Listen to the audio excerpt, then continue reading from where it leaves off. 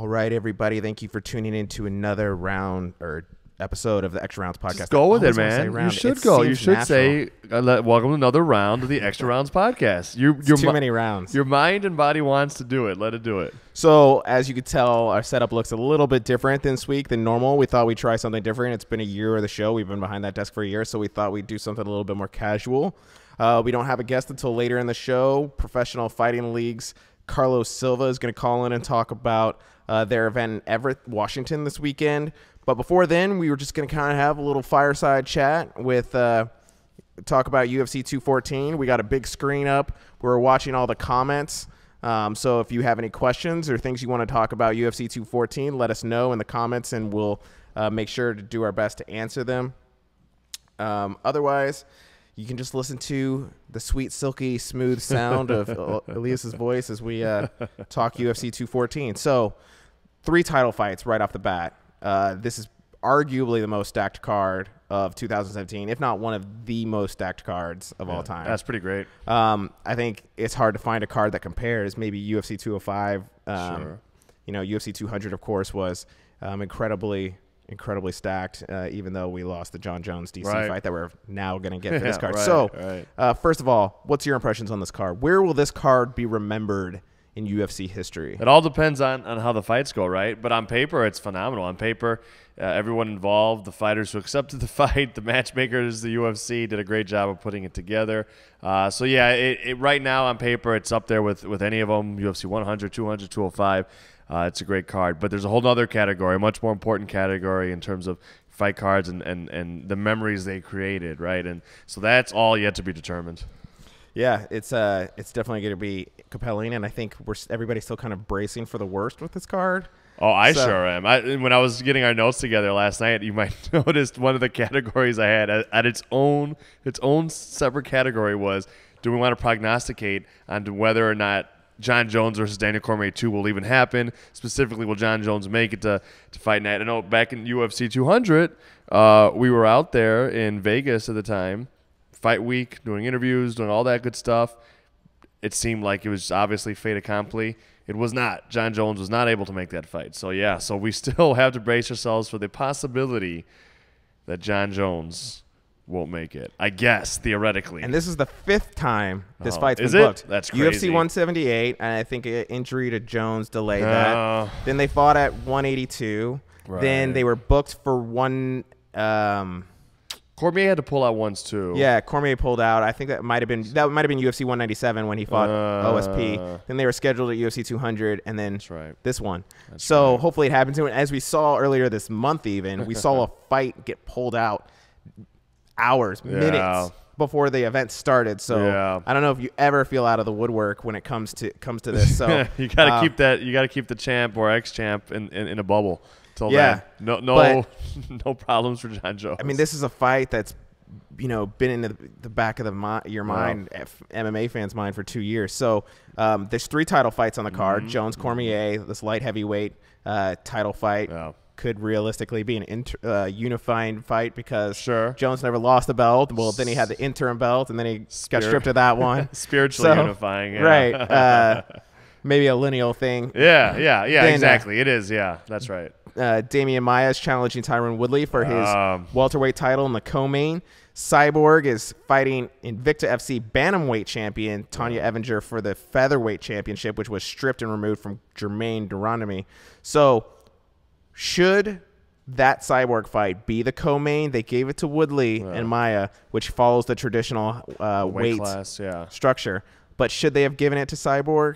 I wouldn't make any bones about doing that. Like you said, it's what mostly happens in terms of the heavier weights being, taking precedence, which you can make an argument that's bad. I mean, Tyron Woodley, Damian Maia is it would seem to be a more competitive, intriguing match, but for the shortness of their notice, right? Like Damian Maia had probably like a 4 or 5 week camp or something insane like that for this level.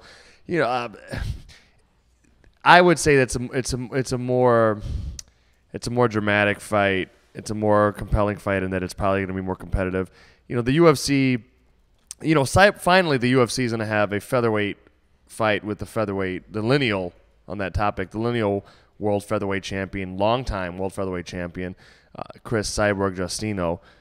But their whole foray into the division so far, and they're very late to that division, has been really fraught. Like they had a ridiculous, not because the women weren't amazing fighters, they are, and it ended up being a good fight, but a ridiculous in terms of it being a title fight, a ridiculous title fight between two bantamweights, Jermaine Durandamy and Holly Holm. Somehow that was for the featherweight championship. It didn't involve the most undisputed, longest reigning champion in all of MMA. Somehow they cut Cyborg out of that.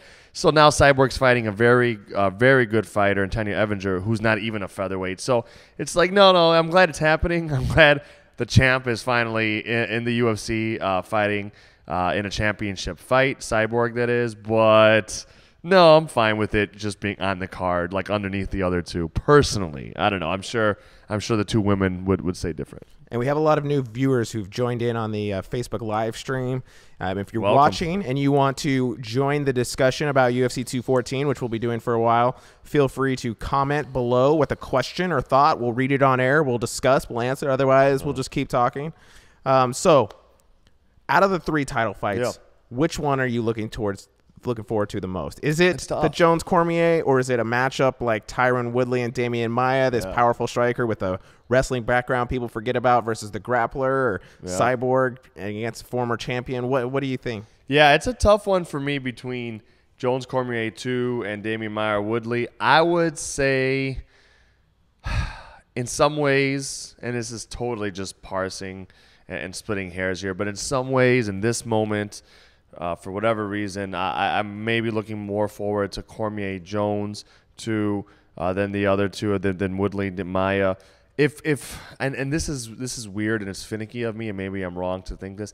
If I feel Damian Maia Woodley, especially Damian Maia, because I would imagine he's known about this fight for less time than the champion did. I think in a weird way, it's a rushed fight. Like, it's a fight that should have happened before, but this particular camp, Damian Maia was not given very much time to prepare for, at this point, the new biggest fight of his life. So I'm a little worried, if I want to use that word, that even though I don't have a real favorite in that fight, I'm real worried that Damian Maia is not going to have been able to give himself his best chance in a short training camp for Tyron Woodley, who's much younger, much stronger, much quicker, as the reigning champion. So for that reason, I think maybe Jones-Cormier, with all its drama, and I think might be, I don't know. I'm just looking forward to more. I think it has a chance to be a really close fight. I think a lot of people forget how competitive the first fight was. Jones definitely won 4 rounds in that fight, so he clear winner, nothing disputed about it. But most of the rounds are very competitive. And it was like flipped on its head, too. I remember watching, I'm like, oh, crap, I can't believe this. Daniel Cormier, the much shorter man, is winning the exchanges at length. He's winning the outside exchanges. Once they got into the clinch, where we all assumed he had to get, for two-time Olympic wrestler, John Jones controlled him there, the long, record-breaking, reach-having champion. So it's a weird fight that could go very similar to the last one, in my view. It could go completely different. It could be a slightly different. I don't know how it's going to turn out. So I think I'm looking forward to that one the most, but it's a hard one to pick. How about you? What are you looking forward to the most? I think it's easy to look forward to the Jones-Cormier thing because, as we talked, this is the 5th time it's been booked, and there's, it's arguably the most heated rivalry in the history of the UFC. And what's crazy to think about is it could all end this weekend. If Cormier doesn't win, there's probably not a third fight. And I think we're looking at the conclusion of this and trying to find the next storyline to follow. And I think there's so much about that fight that's compelling. There's the genuine disdain, all the various press conferences and promotional things they've done over the years to promote this fight has made it intriguing. And for me personally, I think Jones' storyline for redemption and substance abuse is personally interesting to me. And it's been interesting to watch John Jones transition over time. With the first time they were scheduled to fight, he was still trying to cling to this clean image, and he's just kind of abandoned that. And he even said that on the conference call on Monday, that it was freeing to not have to worry about having that persona and being able to be the bad guy. I bet it is. And so I think there's just so much about that fight that's compelling outside of the cage, let alone inside the cage. This is a guy who's undefeated with the exception of the Hamill Right. No contest, I think it was. Or he lost. Or they gave it a loss 'cause of disqualification. It's a weird bad that decision. one. Yeah. Or and Daniel Cormier's only ever lost to John Jones. Like these are two people who could be remembered as the greatest. And John Jones or Cormier has so much legacy of his legacy riding on this fight. Sure. And so outside the cage, there's compelling storylines. Inside the cage, it's an intriguing matchup. Wow. Tyron Woodley, Damian Maia, I think isn't going to be as exciting as people want. I was talking to somebody about it, and they were talking about Damian Maia doing better against taller fighters versus shorter fighters like Tyron Woodley, and they think that coupled with his wrestling ability might give Woodley the edge. So I think that's really intriguing as well. We do have a couple people chiming in. What you got, guys? We got Ty O'Keefe against a more well-known opponent. Cyborg would get co-main status, not against Evinger. Yeah, I think that's fair. Yeah, if it was Jermaine Durandamy, who was willing to defend, though she doesn't seem ready. Even though I think she got a fight booked recently. Did she? I think so. Or that's crazy. I but mean, I don't maybe remember. I have no clue. At least you could make the argument she'd warrant it. I don't think the UFC would give her co-main. That would have been status. a different fight to book. I mean, even though Tanya comes in as the Invicta Bantamweight champion, so you can make it this like champion thing. Sure. They're two Invicta champions. But I think Cyborg Jermaine would have been much more of a champion versus champion. I think Megan Anderson too would have been a good one. So. Yeah, Megan Anderson. The original scheduled opponent, and that's what they wanted, and I think that would have been compelling. And that when she pulled out, that might have been what changed the lineup or the order of the lineup. Did it? Yeah, that could make sense. And you did mention Maya's timeline, knowing about this fight. Yeah. I've heard people say that they thought Maya only got 3 weeks notice. I think it was like a month before the fight that that's insane. the bout was announced. Woodley was teasing this announcement that he knew. I think way back even the end of May was teasing that he knew, but he couldn't tell people. He did a Fox Sports Procast thing about it. So that's believable. Whether he's known for a while at the very least. Right. So who knows how long Maya's known? Right. If he found out when everybody else found out, or if they told him in advance. I'm assuming he knew at least a few days in advance of that announcement. Sometimes they don't always let fighters know what's happening, like with Demetrius Johnson or Misha Tate. We also have Christian chiming in a little off topic. Do you think that Lesnar versus John Jones happens, and who would win that fight? For those of you paying attention and have no idea what that question is, I haven't necessarily read for the source of the quotes, but somebody asked John Jones about fighting heavyweight, or he was talking about fighting heavyweight on one of the many media appearances he's done this week, and he said he would be interested. He said when he was fighting, if it was a champion fight, that he would wait for a champion who was kind of more in the 230, 240 round weight class area. He's got one now. Which I think is Stipe Miocic is. I think he weighed in like 240-ish for the Dallas fight card. He doesn't want to fight somebody who's 265 pounds. And then he comes out after that and says he wants to fight, or he would fight Brock Lesnar. He would take that fight. And I think a lot of people were like, well, you're contradicting yourself. He said when it was going for a title fight that was his stipulation, so it wouldn't necessarily apply to Lesnar because he's not a champion. And I think this would be much in the way of McGregor-Mayweather kind of super fight that you would have to pursue. This would be a main event on a pay-per-view, unless they put it on some stacked card. Right. Even if neither one of them were a champion, and I think those pay-per-view points would be enough to compel. Oh, yeah. I think the that's belts something that, mean very little now. Right, if that's the main event of like the pay-per-view in October, then people will tune in. Oh yeah. And I think Brock responded and said anytime, any place. So there seems to be this genuine interest. There's this, the whole USADA pool thing with Brock Lesnar is obviously a hurdle. I don't think he's in the testing not a pool. hurdle. It wasn't a hurdle last time. Well, it wasn't a hurdle the last time. You're right. And they've changed the period from 4 weeks, I think, to 6. It was months before. He 4 actually months, had to be 4 months to 6 months, right? Which would push it further down the line. But but he got an exemption last time. Is what you're talking about? Yeah, and these are fancy words for saying USADA works for the UFC. USADA is not an independent regulator. Words to dance around. Words at both. That's actually much better. Yeah, they use these words to dance around the reality, which is USADA, unlike what it says on its marketing material, is not an independent regulator. It's a tester for hire, and it works for the UFC. In this case, the UFC makes the rules. They've done it before. There's no reason to believe they wouldn't do it again. So yeah, that's a crazy fight. Was it Christian that asked it? He said Christian. Yeah, so the first time I heard about it was Dave Meltzer, probably the best business reporter in the history of mixed martial arts. From the Wrestling Observer, from MMAfighting.com. Check out his stuff. If you don't read Dave Meltzer, you got to read Dave Meltzer. He's great. But he was and he also has been reporting on pro wrestling for decades. So when these two things intersect, he really knows what he's talking about, right? He's the guy. Every reliable pay-per-view estimate for the UFCs that's ever come out is Dave Meltzer's been the one reporting it. So in any case, he said that they're working on that. If Dave Meltzer says it, then I'm assuming that there's a good chance that that's what they would like to do. I'll take that. For me right there, that's good enough to believe, like, oh, that information's good. Things could change. Maybe it won't happen. But if Dave Meltzer's saying that he's heard that the UFC would like to make that happen, and they're working with whomever they got to work with, the fighters, the WWE, to make it happen, I'm sure at the moment that he said that is exactly what they were hoping to do. Other than that, there's no real hurdles. I don't think USADA's a hurdle. I don't think the WWE is a hurdle. Just by empirical evidence, they've been able to work with the WWE before.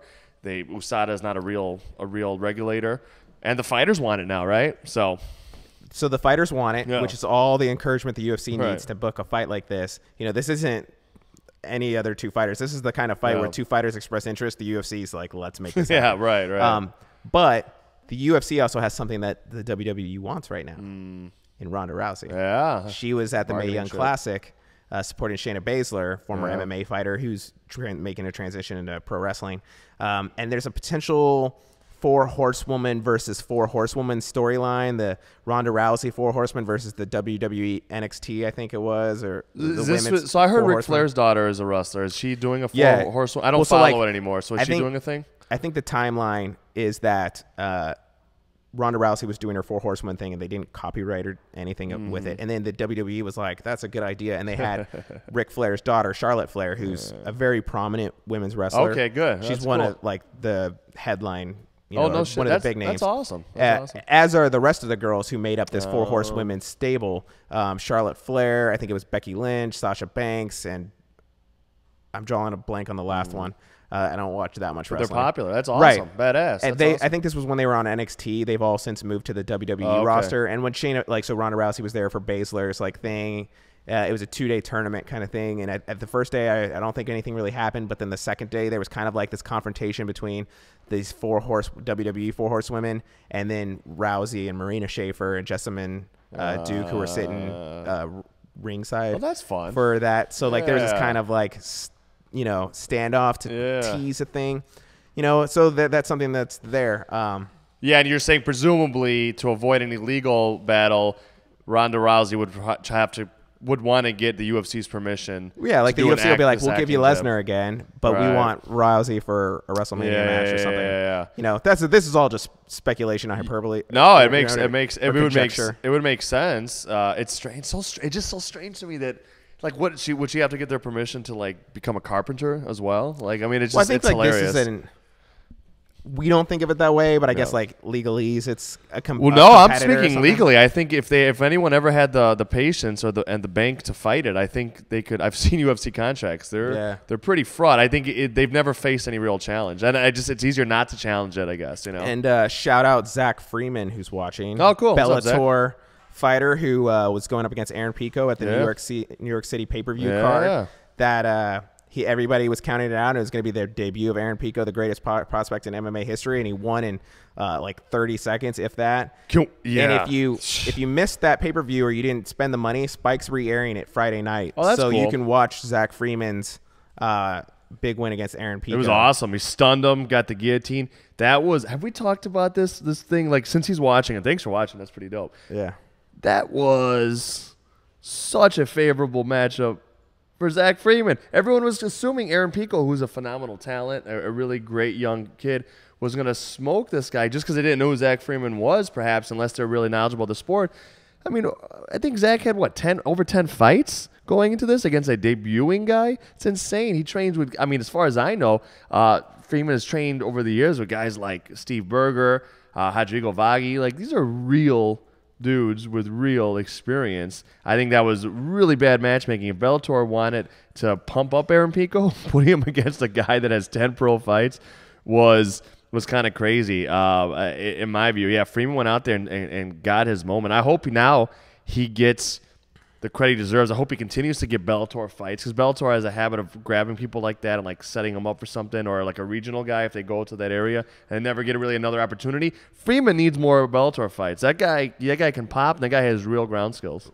Well, to go back to the booking thing you talked about, Mike Jackson, Mickey Gall for the CM Punk fight, like, is a great example. They took an 0-0 and a 1-0 fighter, you know, to go that way to fight an eventual 0-0 fighter. But, you know, Zach, like, he has momentum. He was the walkaway star of that night. Yeah. Like, if you walked into that fight not knowing who Zach Freeman is, you left knowing who Zach Freeman was. And he didn't win in, like, a 3-round split decision or a 3-round decision that was 30-27. He won in such impressive fashion that he left, like, a mental, I don't even know, an impression on everybody who watched. And I think Bellator needs to, like, steer into that. They need to get behind him and prop him up. And, I hope so.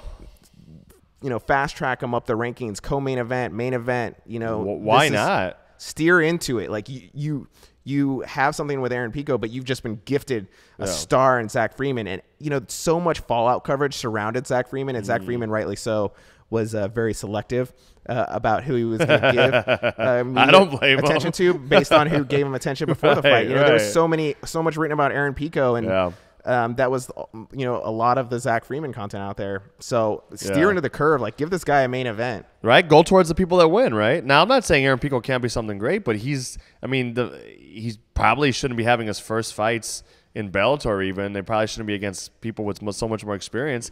You got a real guy in Freeman, you know, and Freeman, you know, all this superficial stuff he's got too. He's got a good look. He's in great shape. He's a handsome dude, and he speaks well too. And he's on the mic, so like, there's no reason not to promote him. And the thing that he has that, like, so Conor McGregor is like this trash talker, and this is like everybody loves him now because he's a trash talker. But the foundation for what Conor is now, he wasn't like always a trash talker. Like, there was a little trash talking. Wasn't only a trash talker, but always, he was right? a talker, and he was.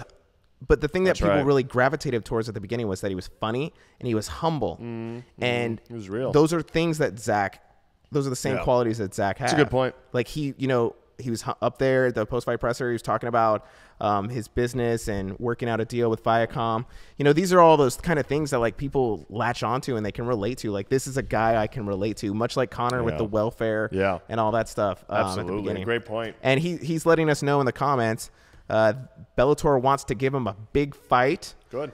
And they are taking care of him, and that's good to hear. Well, that is good to hear. Scott Coker, like, that's kind of what you expect out of Scott. I would hope so. Yeah, I've never heard bad things directly about him from fighters. Zach, thanks for letting us know that. Also, come and let us know more. We'll have you on the show if you want to be, for sure. Yeah. We'll bug you. We'll bug you soon, and we'll have you on. Be great to talk with you one-on-one. Yeah. So or 2-on-1. 2-on-1. Yeah. Don't leave me out of this. Now it sounds weird and creepy.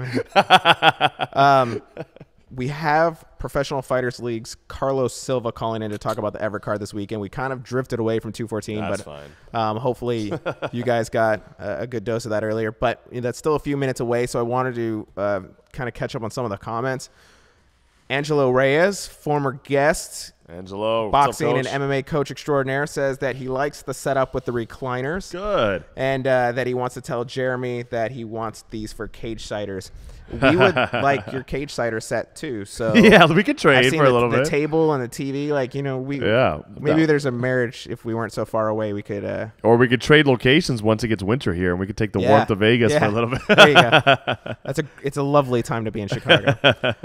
Then we have Kyle Walton, who says Tony Ferguson stated yesterday Habib turned down a fight in October for UFC 216. I don't know why I'm reading off my computer. There's a huge screen right there. Yeah, it's so cool. With some top fighters currently without matchups in one of the UFC's most exciting divisions, what do you think is next for the lightweight division? I think we need 2 more interim champions. No, I don't. God knows. Hopefully, just if Tony was ready to fight in October, hopefully he'll wait till November. That's when Khabib said he's ready. I mean, honestly, I think Conor McGregor needs to fight either Tony Ferguson or Khabib next in the MMA if he's wants to fight in MMA after this boxing thing he's doing. And then the other person, the person that doesn't get that fight against Conor McGregor, the true lightweight champion, should be able to wait until the winner of that fight and then fight them. Khabib Nurmagomedov and Tony Ferguson have both earned title shots in my view. What will happen? I have no freaking clue. I wish I could. I wish I could pretend I'm a smart guy. Right now, there's just no telling what's going to happen with titles, especially in the UFC. I think Dana White has expressed interest in recently saying Ferguson and Khabib have to fight. Take that for what it's worth. Things change very often. Especially if it's stuff that the UFC president says, so you never really know. But, I don't know what's going to happen next. It looks like they've been eyeing the fall, and it looks like Khabib and Ferguson have just been talking about a month apart. October and November. It shouldn't be that big of a thing to surmount. Life is hard. Ferguson has to go without, money, until then, and so does Khabib. But if they're talking about dates and they're only a month apart, it shouldn't be too difficult to get. Now, what are they going to fight for? I don't know. Will it be an interim title? Will it be, I don't know what. Well, Conor said he wants to fight before the end of the year. Yeah. Which means either the November Madison Square Garden card or one of the December pay-per-views. And I think at this point, if you're Tony Ferguson and you're going to get the title shot if he comes back, you wait. Yeah. The thing is, is he going to come back? He says he is. And if he loses, I think he does. If he wins... Yeah, he stands to make more money boxing. And if he comes, absolutely right. And if he comes back, when will he do it? Like you think, Mike, that if he loses, he'll come back? I mean, what if he loses by knockout? Is he going to fight in the fall again? He could. It wouldn't be very smart. So it's all up there. We don't really know. It'll be interesting to see what happens. In the aftermath. Now, at the same time, like Tony, you'd say if Conor's going to fight in New York. And you're going to get that shot, wait for that. But you don't know. You don't know. So it's like a gamble. And it's a bad gamble. Yeah. That brings us to JC's point in the comments. You can comment too, and we'll read your comment. He says, doesn't Tony take some blame for just waiting too long? Fans forget if you're inactive. And I think that's definitely part of the situation here. He's at that's part of the thought process. He's at a situation where either he fights and he cements that title shot, or maybe it's for an interim title, whether it's against Khabib or somebody else, or wait. It's I don't want to take a fight and then maybe pass up the opportunity. If you take a fight and you get booked in September on the September pay-per-view or the October pay-per-view, and then Conor comes back and, they announce that fight, and then Conor comes back and he's going to fight in Madison Square Garden, and then, they booked you against somebody like Kevin Lee, and now Khabib gets the shot or whatever, that presents an issue. And and as much of it is on him for waiting to find out what's going to happen, he doesn't really he can't really not wait either. I agree with you, Mike. Let's be. What does he have? 8 or 9 straight fights that he's won. The fact that Tony Ferguson has not fought for the world title is 0% his fault. He couldn't be doing more in the octagon. The last time he showed up and his opponent couldn't make it. He even did a thing. He did something that I wouldn't have done, which is fight Khabib instead of waiting for the true champion. He took that risk, and that still couldn't pay off for him. He still couldn't even get his hands on Khabib because Khabib had his health issues.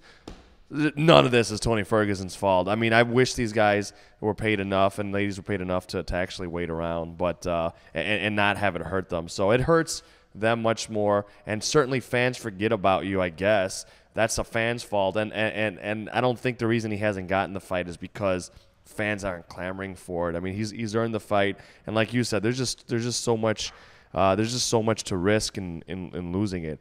One fight loss, I'll tell you who'll forget about you. Dana White and the UFC will forget about you. They won't give you a title shot, even though you'd won 8 or 9 in a row prior. So it's a tough. I don't envy that position that he's in. People liked what you said. You got a lot of likes going across the screen. It's interesting to watch us doing this in real time. Huh? Yeah. Well, thanks for liking. You got a lot of guys. likes. One comment, which won't require much discussion before we check in with Carlos Silva and see if he's ready, is Josh Hill saying that the setup looks really cool. Only question is Mike going to play a piano solo before the end of the show? This is a piano man. I think Josh Hill looks pretty cool, and I think Mike should play a solo every episode. I don't have a lick of musical talent in my body at all. Got a mixer. We should at least bring in a drum machine. We could drop I feel some like beats. I could be like a Simon Cowell. Like I feel like I could issue judgments on music. I just don't have any ability. Like I feel like I can. Neither does Simon Cowell. Yeah, I feel like exactly. That's like the role I can play. Like I can pass judgment on it without, but I don't have any musical talent. So I think.